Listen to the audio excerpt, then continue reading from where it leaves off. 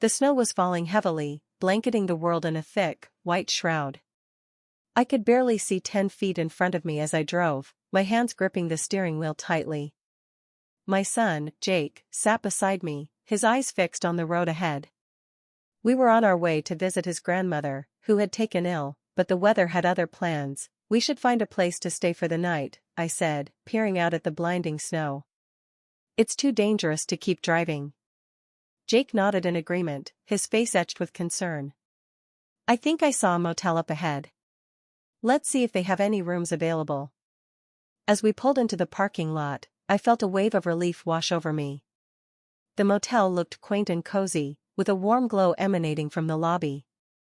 We checked in and made our way to our room, which was small, but clean. I guess we'll have to share the bed, Jake said, looking at the single queen-sized bed in the center of the room. It's the only one they had available. I nodded, trying to ignore the flutter of nervousness in my stomach. It had been years since I had shared a bed with anyone, and the thought of being so close to my son made me feel strangely self-conscious. We changed into our pajamas and climbed into bed, the warmth of the blankets enveloping us. Jake was on his side, facing away from me, and I lay on my back, staring up at the ceiling. The room was silent, save for the soft hum of the heater and the gentle patter of snow against the window. As I lay there, I became acutely aware of Jake's presence beside me. I could feel the heat radiating from his body, and I found myself wondering what it would be like to touch him, to feel his skin against mine. The thought sent a jolt of desire through me, and I had to bite my lip to keep from gasping. I rolled onto my side, facing away from Jake, and tried to push the forbidden thoughts from my mind. But as I lay there, I could feel his breath on the back of my neck, and I knew that he was awake. "Mom?" he whispered, his voice soft and hesitant. "Yeah?" I replied, my heart pounding in my chest. "I've been thinking," he said, his hand reaching out to touch my arm. "About us. About how close we've become over the years." I felt a shiver run down my spine at his words.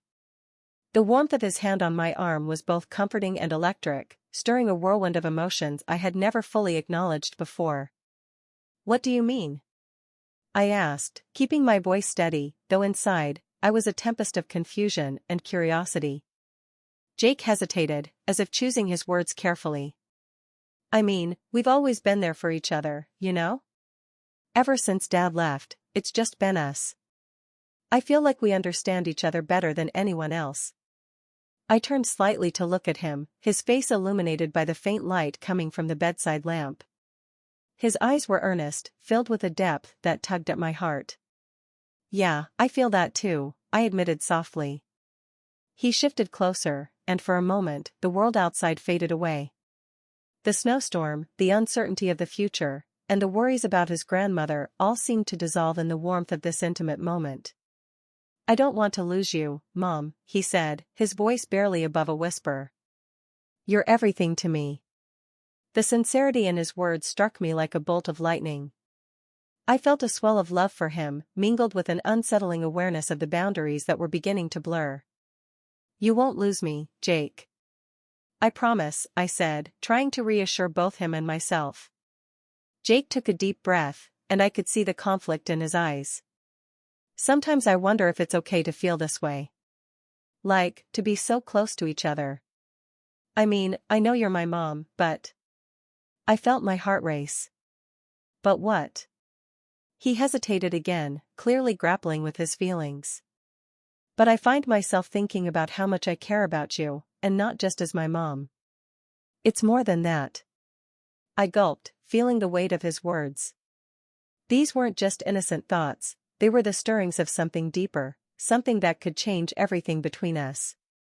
I had always viewed my love for him as purely maternal, but now I was forced to confront the complex bond we shared. "Jake," I started, but he interrupted me, urgency creeping into his tone. "Mom, I know it might sound weird, but I think I'm starting to see you as more than just my mom. I can't help it. You're beautiful, and you're strong, and I admire you so much. Sometimes it feels like there's something more between us." The revelation hung in the air, heavy and palpable. I felt a surge of protective instinct mixed with an inexplicable longing. I wanted to hold him close, to assure him that it was okay to explore these feelings, but I also knew the danger that lay in crossing that line. "Jake, listen," I said gently, my voice trembling. "It's natural to feel a strong connection with the people you love, especially when you've been through so much together. But it's important to remember the boundaries we need to maintain. You're my son, and that's a bond that is sacred." He looked down, his expression clouded with disappointment, and I felt a pang of guilt. The last thing I wanted was to hurt him or to dismiss his feelings. But I also knew that we needed to navigate this carefully. "I just don't want to pretend like I don't feel this way," he said, his voice barely above a whisper. "It's hard for me." I reached out, placing my hand on his. "I know it is. And I care about you more than anything in this world. We'll figure this out together, okay? Just give it time." He nodded, but I could see the struggle in his eyes. The snow continued to fall outside, and as the storm raged on, I knew that this moment would linger in both our hearts, shaping the path ahead of us. We lay in silence for a while, the weight of unspoken thoughts hanging in the air. I felt a mix of fear and hope, unsure of what the future would hold, but knowing that whatever happened, we would face it together. The silence between us was thick with uncharted territory, both exhilarating and unsettling. I turned onto my back. "I've been thinking," he said, his hand reaching out to touch my arm. "About us. About how close we've become over the years." I swallowed hard, my mouth suddenly dry. "What do you mean?" I asked, even though I knew exactly what he meant. "I mean, I think I have feelings for you," he said, his hand sliding down to my waist. "Feelings that go beyond just being mother and son." I felt a rush of excitement at his words, followed by a wave of guilt. "Jake, we can't," I said, even as my body betrayed me, arching into his touch. "It's not right." "Why not?" he asked, his voice rough with desire. "We're both adults. We both have needs and desires." I turned to face him, our faces just inches apart. "Because it's wrong," I whispered, even as I leaned in closer to him. "Because we're mother and son." "But is it really so wrong?" he asked, his hand cupping my cheek. "When it feels so right?" I knew I should pull away, should put an end to this before it went too far. But I couldn't. I wanted him, needed him, in a way I had never needed anyone before.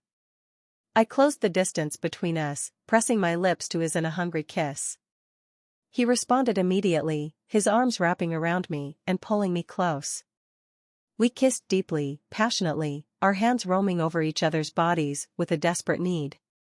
I could feel his hardness pressing against me, and I moaned into his mouth, my own desire building with each passing second.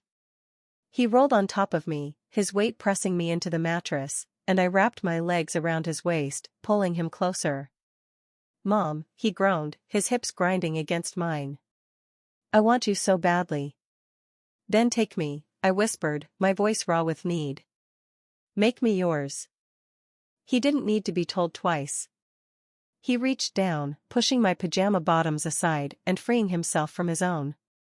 I gasped as he entered me, filling me completely, and we both cried out in pleasure. We moved together, our bodies joined as one, lost in a world of our own making. The room was filled with the sound of our moans and the creaking of the bed, and I knew that nothing would ever be the same again. As we lay there afterwards, spent and satisfied, I felt a sense of guilt wash over me. What had I done? How could I have let myself cross that line? But as I looked at Jake, his face soft and content in the dim light, I knew that I couldn't regret what had happened. Because for the first time in a long time I felt truly alive, truly connected to another person in a way that went beyond just being mother and son. We fell asleep in each other's arms, our bodies tangled together, and I knew that when we woke up in the morning, everything would be different. But for now, I was content to just be with him, to savor the feeling of his skin against mine and the knowledge that we had found something special, something worth fighting for. The next morning, we woke up to a world blanketed in snow. As the snowfall outside intensified, the world beyond the motel seemed to disappear into a gentle flurry of white, enclosing us in a cocoon of tranquility and introspection. Jake and I, reluctant to venture out in such conditions, decided to make the most of our temporary haven. With the morning light barely piercing the dense clouds, I suggested we enjoy the cozy confines of the motel a little longer. We ventured to the motel lobby for a simple but hearty breakfast. Pancake aromas mingled with the rich scent of brewing coffee, creating an inviting atmosphere that eased the worries of our delayed journey. We returned to our room, now bathed in the soft morning glow reflected from the snow. I noticed a small bookshelf tucked into a corner, stocked with an eclectic mix of novels and magazines. "How about we pick something to read?" I suggested, hoping to dive into a shared moment of relaxation and distraction. Jake nodded, browsing through the titles. He selected a dog-eared mystery novel, chuckling as he settled into the lone chair by the window. I chose an old travel magazine, its pages promising adventures far and wide, a pleasant diversion from the confines of our small room. As we read, the occasional comment or shared laugh broke the silence, building a bridge of camaraderie. It was a simple pleasure, but profound in its ability to remind us of the power of shared experiences and mutual interests. Outside, the snow continued its delicate descent, reassuring us that there was no hurry, no pressing agenda beyond being present in this moment. Our conversations meandered from the stories in our books to more personal reflections. We mused about places we'd visited and those we hoped to see, sharing dreams and aspirations. The tranquility of the setting gave us the space to delve into topics we often skimmed over amid daily routines. "Do you ever think about traveling somewhere completely off the grid?" Jake asked, his eyes alight with curiosity. "Somewhere that's just different?" I smiled, setting the magazine aside. "All the time. I've always dreamed of exploring those tiny islands in the middle of nowhere, where life is slower, simpler." "What about you?" "Maybe the mountains," he said, glancing out at the snow-covered landscape. "Somewhere peaceful and quiet. It'd be nice to escape the rush for a while." The exchange was like many before, a testament to the understanding and shared enthusiasm that characterized our relationship. Yet, amidst the comfort, I could sense that last night's gravity still lingered in the air, cocooned with a promise of time, of patience, and of exploration in our relationship. As the afternoon wore on, the sound of shovels clanging against the asphalt resonated outside, signaling the clearing of the motel's driveway. The storm appeared to be subsiding, the sun making a tentative appearance through parting clouds.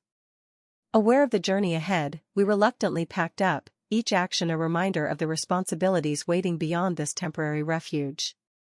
Before leaving, we took one last look around the room that had served as both shelter and a canvas for our unfolding understanding. "Ready?" Jake asked, his tone a mix of readiness and something more nuanced, an acknowledgement of the unspoken shifts between us during our stay. "Yeah, let's hit the road," I said, managing a smile that mirrored his. Despite the return to routine, I felt assured by the truths we had shared, the certainty that life's complexities would always be met with the strength of our bond. As we walked out together, hearts full of reflection and hope, I knew that the motel had offered us more than just refuge from the storm.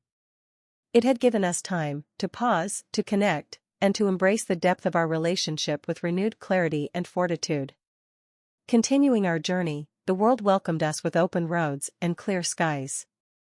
The snow, now a dazzling blanket of possibility, stretched out before us as if to say that whatever lay ahead, we would face it with the same courage and love that had guided us through the darkest nights. Together, we moved forward, ready to embrace the many seasons of life and the beauty they promised. As we resumed our journey toward Grandma's house, the sun gradually emerged from behind the clouds, casting a shimmering glow on the snow-covered landscape. The air was crisp, yet invigorating, as we left the motel behind, carrying with us the renewed understanding we had gained during our stay. The journey was serene, the roads now clear and less treacherous, allowing us to savor the scenic beauty of the countryside. Trees, heavy with snow, lined our path, their branches forming delicate arches that sparkled under the sunlight. Our conversation ebbed and flowed, touching on memories of past visits to Grandma's house and the little traditions we had built over the years. We spoke of holiday dinners, of stories she would tell by the fireplace, and how those moments had shaped our sense of family and belonging. Upon reaching Grandma's village, the familiar sights brought a welcome sense of nostalgia. The town square, with its quaint shops and festive decorations, seemed to have emerged from a postcard. As we pulled into her driveway, we were greeted by the warm, comforting scent of wood smoke mingling with the crisp winter air. Grandma was waiting for us at the door, her smile radiant despite the tiredness that lingered in her eyes. Her embrace was both tender and steadfast, a reminder of the unchanging foundation our family was built upon. Once inside, the house enveloped us in a sense of peace and continuity. The walls, adorned with pictures spanning generations, spoke of enduring love and resilience. The living room was imbued with the amber glow of the fireplace, casting a cozy warmth that beckoned us to settle in. Throughout the afternoon, we immersed ourselves in the rhythms of the household. Jake tended to the driveway, clearing the remaining snow, his youthful energy invigorating the task. Meanwhile, I joined Grandma in the kitchen, preparing a simple meal that was infused with familiar flavors and shared laughter. As we worked, Grandma's gentle stories wove a tapestry of family history, connecting us to places and people that had shaped our lineage. Her voice, seasoned by wisdom, offered insights that transcended time, reminding us of the strength inherent in our family ties. Evening descended softly, bringing a golden hue to the world outside. We gathered in the living room, its centerpiece the crackling fireplace that filled the room with warmth. The flickering flames cast dancing shadows, creating an atmosphere ripe for storytelling. "Do you remember when you and Dad built that snowman in the backyard?"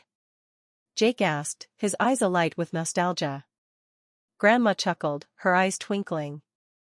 "Oh, I remember trying to rescue my carrot supply from becoming the snowman's nose." Her laughter was contagious, a balm that enveloped us all, sparking memories of joyful times and shared experiences. The conversation meandered, touching on past escapades and hopes for the future, an intricate dance that celebrated the essence of family. As the evening wore on, a comfortable silence settled over us, punctuated only by the soft crackling of the fire. I found myself watching Jake and Grandma interact, their bond a testament to the enduring strength of family connections. Their easy camaraderie was heartening, a reminder that love, in its many forms, was the backbone of our shared history and the promise of our future. As the hour grew late, we prepared for bed, grateful for the comfort of familiar surroundings and the memories interwoven with that space. I checked in on Jake, whose room was aglow with the moonlight spilling through the window. "Good night, Mom," he said, his voice filled with contentment. "Good night, Jake," I replied, feeling immensely thankful for him, for Grandma, and for the moments that had brought us here. Once alone, I sat for a while, reflecting on the journey that had led to this day. From the stormy night at the motel to the peaceful evening at Grandma's, each step of our path had been a testament to the power of connection and the resilience of love. Our time at the motel had solidified our understanding, allowing us to appreciate the depth of our relationship and the courage it took to face life's uncertainties together. As sleep finally claimed me, I knew that whatever challenges lay ahead, we would face them with the same fortitude that had brought us through the snowstorm. The bonds we had nurtured were stronger than ever, woven from shared experiences and the unyielding promise to cherish and uphold our family ties.